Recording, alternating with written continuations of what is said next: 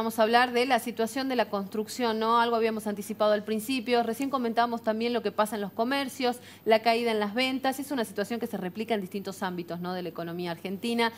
Hay situaciones, sectores que están más comprometidos que otros. Y en estos momentos estamos con el titular de la Confederación de Pymes Constructoras de la República Argentina. Ahí está Daniel Mafud. Ingeniero, ¿cómo le va? Bienvenido. ¿Qué tal? Muy buen día. Gracias por la invitación.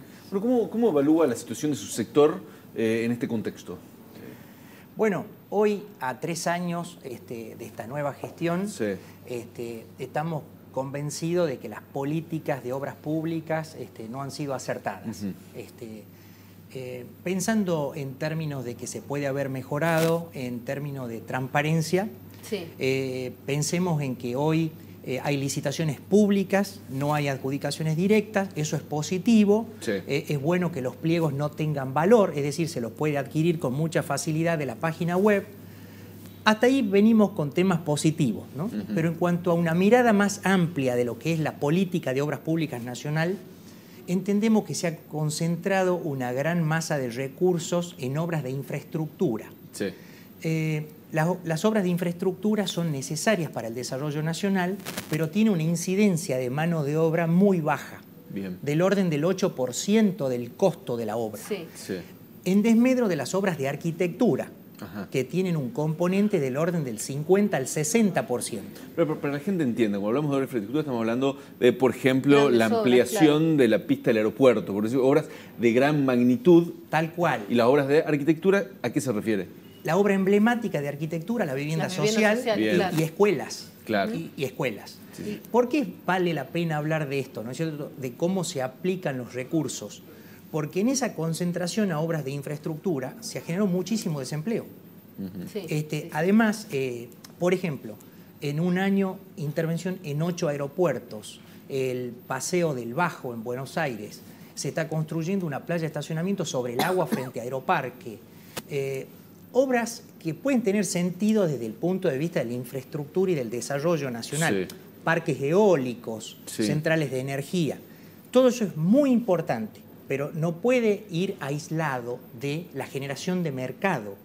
O sea, habría que ir simultáneamente aplicando recursos a infraestructura y a generar empleo y a generar soluciones habitacionales, ¿no es cierto? Sí, sí. Nuestro país hoy tiene un déficit que supera las 3 millones de unidades.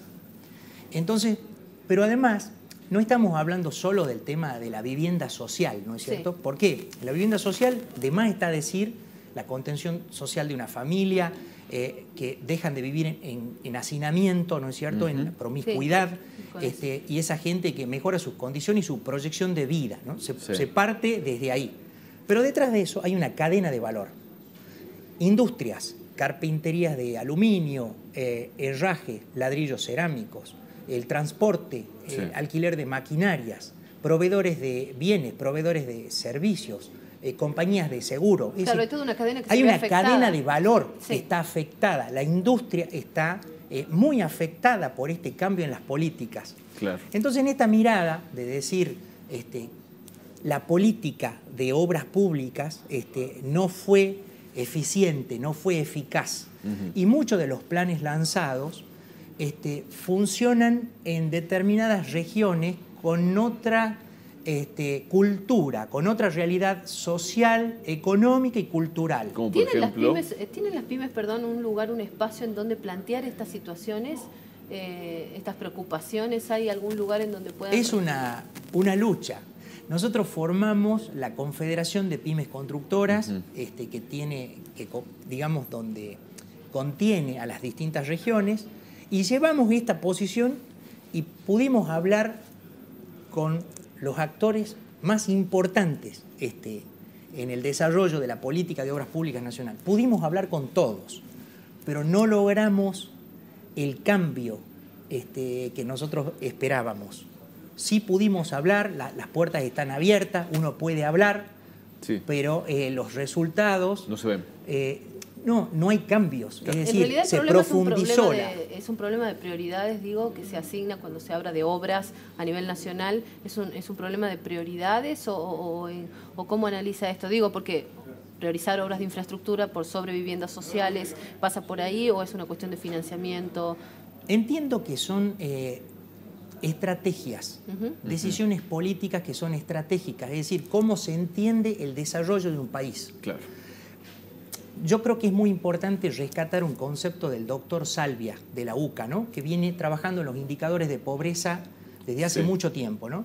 El doctor Salvia dice que no se puede resolver la pobreza estructural solamente con inversiones. Es decir, la única forma de resolver la pobreza estructural que tiene este país es con la dinamización de las pymes, a partir de las pymes. Ese es el gran cambio que estamos esperando. Claro. ¿Usted nota que esta situación se produce desde que cambia la administración, o sea, que asume Mauricio Macri, o es algo que se agravó con esta crisis económica que vivimos en el último año?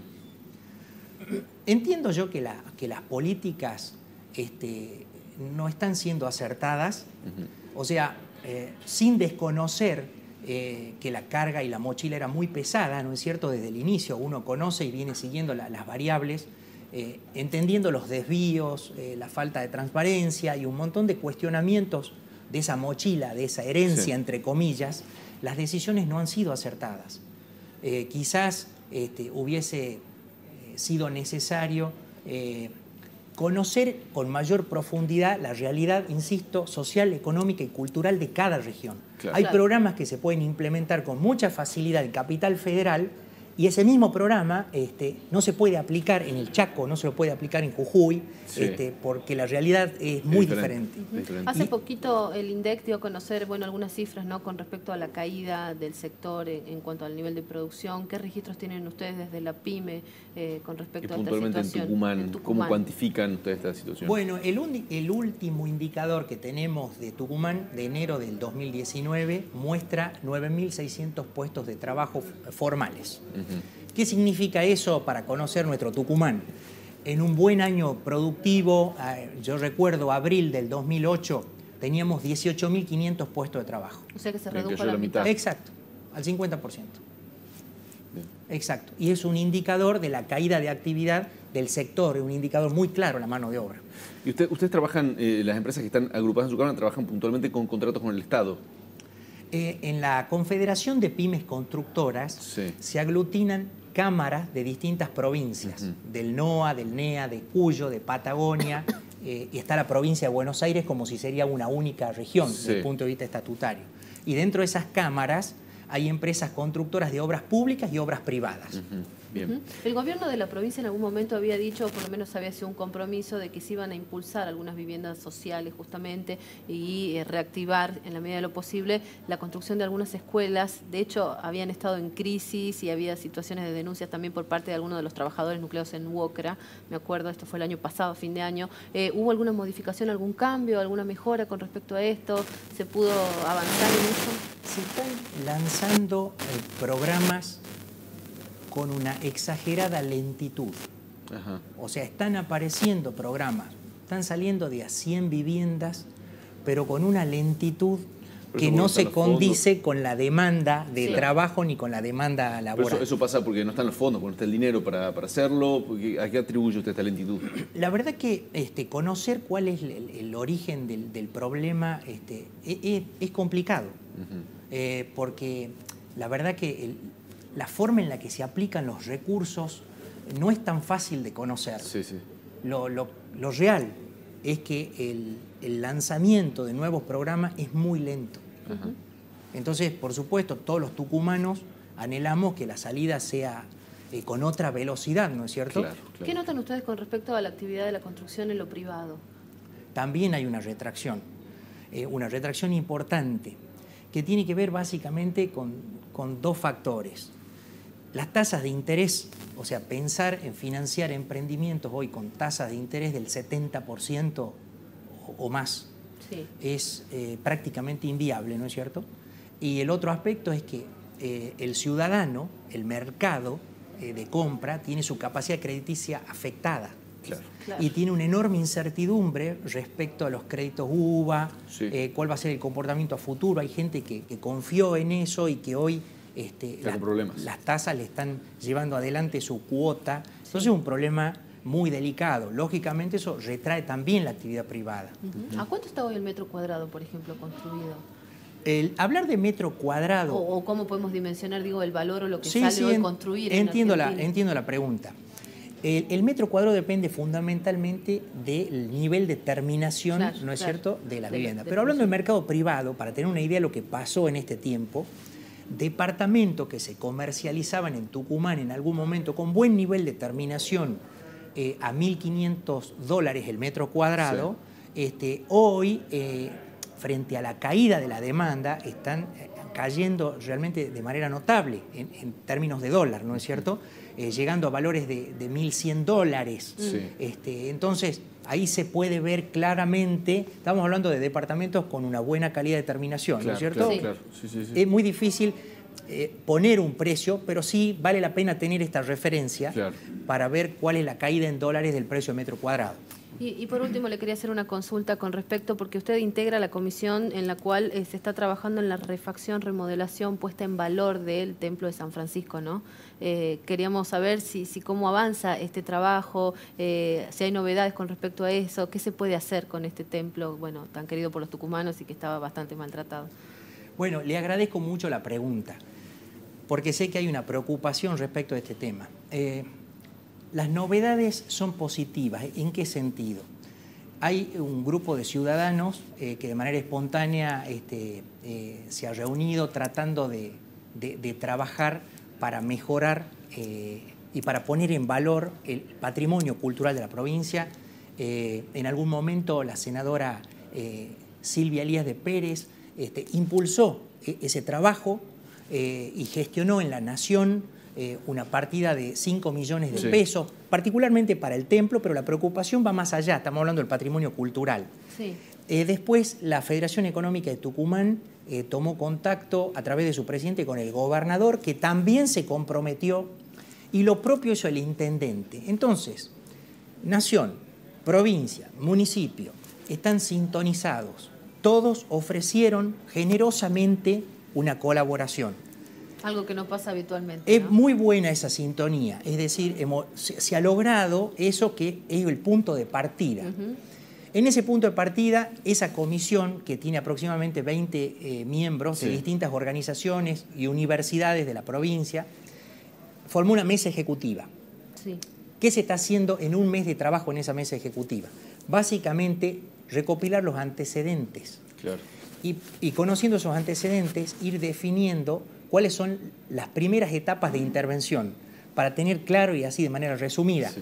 Hay problemas en el templo con los desagües pluviales, con los desagües cloacales. Es decir, no se puede empezar a curar una estructura o a trabajar en los frescos, claro, si hay problemas de asentamiento. Claro, sí. Entonces, se va a trabajar en la parte de los desagües para sanearlos. Se va a monitorear cómo evolucionan las fisuras, se están por colocar unas galgas extensométricas en la fisura y en las grietas para monitorear si el edificio continúa asentándose o si se ha resuelto. En todas las zonas donde hay revoques desprendidos se va a hacer un trabajo muy artesanal, que es el martelinado de eso, procurando que se desprenda lo que está suelto para consolidarlo. En la fachada, que nos preocupaba mucho la fachada sobre San Martín, porque hay desprendimientos de cornisas y de algunos aleros, hemos pedido a la municipalidad que por favor ponga una cerca hasta tanto se genere la intervención, y lo hicieron de manera inmediata. Valoramos estas cosas porque las respuestas están siendo inmediatas y hay mucho trabajo de gabinete que no se ve. No se ve. ¿El dinero está o no está? Porque usted está haciendo este plan para avanzar con las obras, pero ¿los fondos están garantizados o solamente hay promesas y bueno, sí, la Nación va a colaborar, la provincia va a colaborar, la Intendente va a colaborar? Hoy hay una cuenta habilitada que no tiene recursos, pero el trabajo es de largo plazo. Entonces, nuestra tarea es tener claro qué se necesita. Bien. Porque no se puede salir a pedir recursos sin saber qué va a hacer. Exactamente. Hace falta tener con mucha precisión cuánto es lo que va a demandar la intervención del convento y de los claustros. Sí. Es decir, del templo, ¿no es cierto? Perdón, del templo y de los claustros, para pedir con responsabilidad. Es decir, cuando se asigne una partida, se va a asignar específicamente para ejecutar. O sea que ustedes ya pasaron todo este relevamiento. ¿A partir de cuándo se puede empezar a trabajar, por ejemplo, en la zona de los el primer trabajo, el subterráneo que se tiene que hacer? Nosotros entendemos que en muy corto plazo vamos a acometer básicamente 2 tareas.